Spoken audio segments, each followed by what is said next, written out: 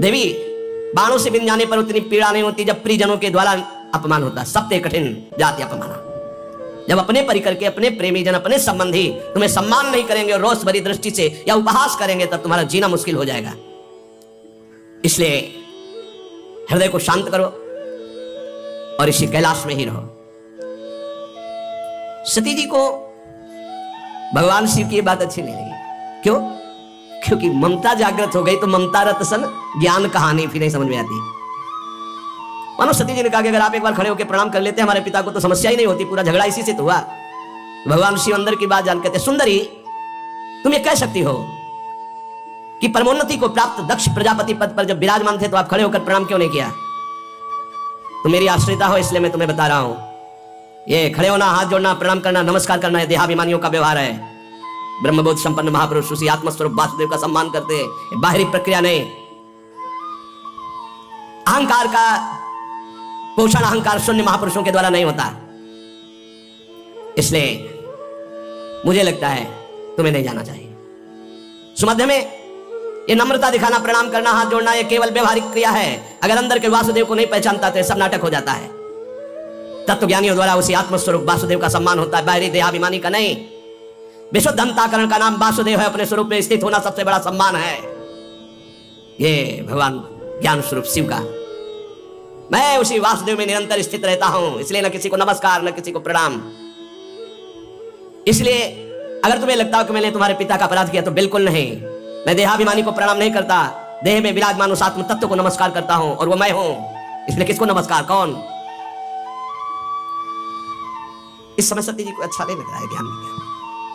व्याकुलता देखिए।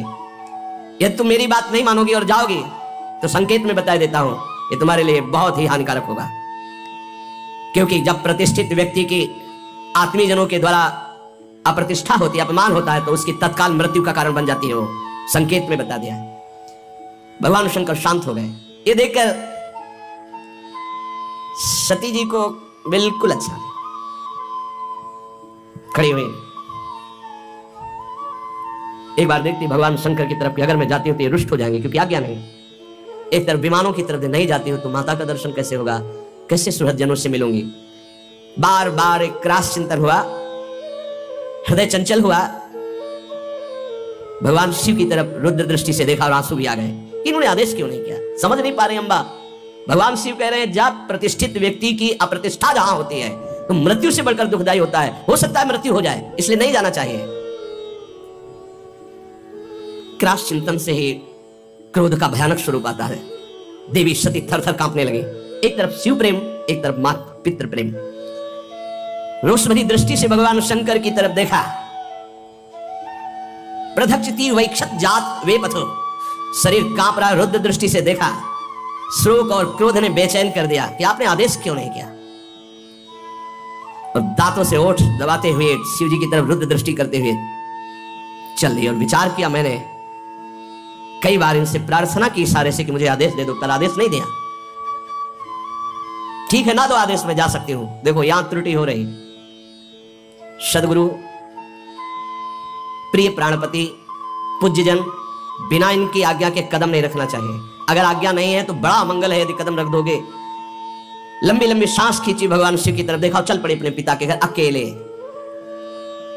महादेव जी ने मणिमान नामक अपने पार्षद को बुलाया और कहा 10,000 शिव पार्षदों को साथ लो, सुंदर पालकी तैयार करो, बड़ी भारी यक्षों की सेना साथ होनी चाहिए और इनका अनुगमन करो। जाओ पीछे सती। तत्काल सुंदर पालकी की रचना सती जी को विराजमान किया। 10,000 भगवान शिव के पार्षद और हजारों की संख्या में यक्ष सैनिक, क्योंकि कुबेर मित्र हैं भगवान शिव के। नंदिकेश्वर ने कहा प्रभु पालकी से अच्छा रहेगा, मुझे आदेश कीजिए। भगवान के नित्य वाहन नंदिकेश्वर गए। कहा माता विराजमान हो हम पर। मैना पक्षी, गेंद, दर्पण, कमल, समस्त राज सामग्रियां, छत्र, चंवर, शंख, दुंदुभी आदि बजने लगी। चंवर डुलने लगे और अंबाजी विराजमान होकर अपने पिता के घर जा रही, बिना आदेश के, गुस्सा होकर। समस्त शिव पार्षदों के साथ दक्ष की विशाल यज्ञशाला में प्रवेश किया। वहां तो वेदध्वनि गूंज रही थी।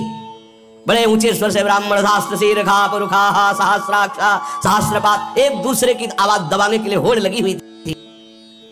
बहुत से अलग अलग वेदियों पर देवताओं की स्थापना हुई थी।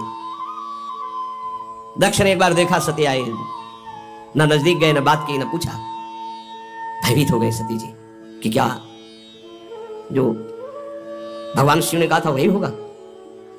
पिता ने देखा और कोई आदर नहीं दिया, बहुत घबरा गई। बहनों के पास गए तो ऐसे मुस्कुराते हुए कटाक्ष करते हुए, बिना निमंत्रण के आ गए। हमें तो निमंत्रण भी गया था, भेंट भी गई थी, लिवाने भी गए थे, शायद आपके यहाँ निमंत्रण तो गया नहीं होगा, कोई लिवाने तो गया नहीं होगा। बहुत चोट सती जी के हृदय में। एक केवल अगर प्यार से मिली तो माता मिली, गले से लग करके। गदगद हो गई सती जी माता के मिलने पर। सती जी ने पूरी यज्ञशाला में देखा कहीं भगवान शिव का कोई स्थान नहीं। ये देखते ही माता के द्वारा मिला हुआ प्यार भस्म हो गया, हृदय जलने लगा। सर्वलोक महेश्वरी दैवी शक्ति की अधिष्ठात्री अंबा, उन्होंने पूरे यज्ञ मंडप पे देखा, सब उत्साहित हैं, कहीं भी भगवान शंकर का कोई भाग नहीं। तो उन्होंने कहा ऐसा नहीं हो सकता कि प्रभु से बढ़कर प्यार माता पिता का हो। अपार क्रोधाग्नि प्रकट हुई, ऐसा लगा संपूर्ण लोगों को भस्म करने के लिए अंबा ने ठान लिया है। कहा दक्ष, अब पिता नहीं कहा, पिताश्री नहीं कहा, दक्ष तुझे कर्मकांड के अभ्यास से बड़ा घमंड है, हमारे प्राण प्रीतम शिव से द्वेष करता है। सती जी का ऐसा बोलना हुआ कि शिव पार्षद टूट पड़े ब्रह्म ऋषियों पर यज्ञ विध्वंस करने के लिए। सती जी ने सबको रुको, जब तक हमारा आदेश न हो तब तक दंड किसी को मत दो।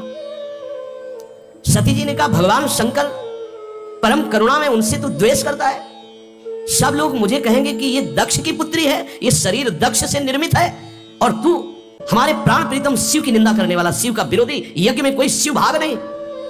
अरे कोई वाणी से भी निंदा कर दे तो सर्वनाश हो जाए, तू तो हृदय से उनसे द्वेष करता है।